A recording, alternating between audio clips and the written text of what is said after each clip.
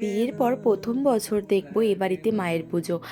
এই বেডশিটটা অর্ডার করেছিলাম, কিন্তু যেরকম ভেবেছিলাম সেরকমটা আসেনি। পুজোর বাসও পড়ে গেছে আর সবার ঘরে ঘরে কাচা ধোয়া, ঝুল ঝাড়া এগুলোও শুরু হয়ে গেছে। বিয়ের পর এই বাড়িতে এসেই অনেক কিছু দেখেছি, শিখেছি। যেরকম ভাদ্র মাসে অরন্ধন হয়, মানে দশরার দিন, তার আগেও ঘরবাড়ি ঝাড়া কাচা ধোয়া এগুলো করতে হয়। ঠিক মায়ের এই বাৎসরিক পুজোর সময়, মানে তার আগে থেকেই সব কিছু এরকম গোছগাছ করে রাখা হয়। যদিও আমার কাছে খুব একটা চাপের নয়, কারণ আমি প্রত্যেকবার যখন বেডশিট চেঞ্জ করি তখন ঘরটা হালকা করে ঝেড়ে নিই। আমার ঘরে না প্রচণ্ড ধুলো পড়ে, সেই কারণে আমি সব কিছু একবারে ওই সময়ই মুছে নিই। আর দেখবে ঘর ঝাড়া থাকলে বেডশিট চেঞ্জ করলে শুয়েও একটা বিশাল শান্তি লাগে। তো আমি সেই কারণে এই জিনিসটা করে থাকি।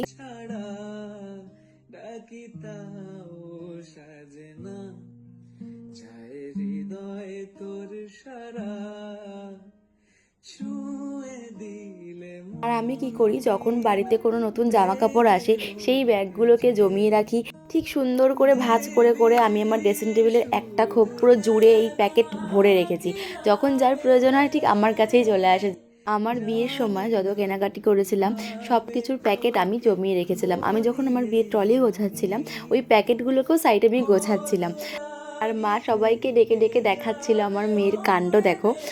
আমি দিরাগমনে গিয়েও মার কাছে বলেছি সব প্যাকেটগুলো কী করেছো যেগুলো আমি জমিয়ে রেখে গেছিলাম। মানে আমার এতটাই নেশা এটার, মানে আমি যখনই ঘরে এদিক ওদিক হাঁটতে চলতেও নতুন কোনো প্যাকেট দেখে আমি সেটাকেও জমিয়ে রেখে দিই।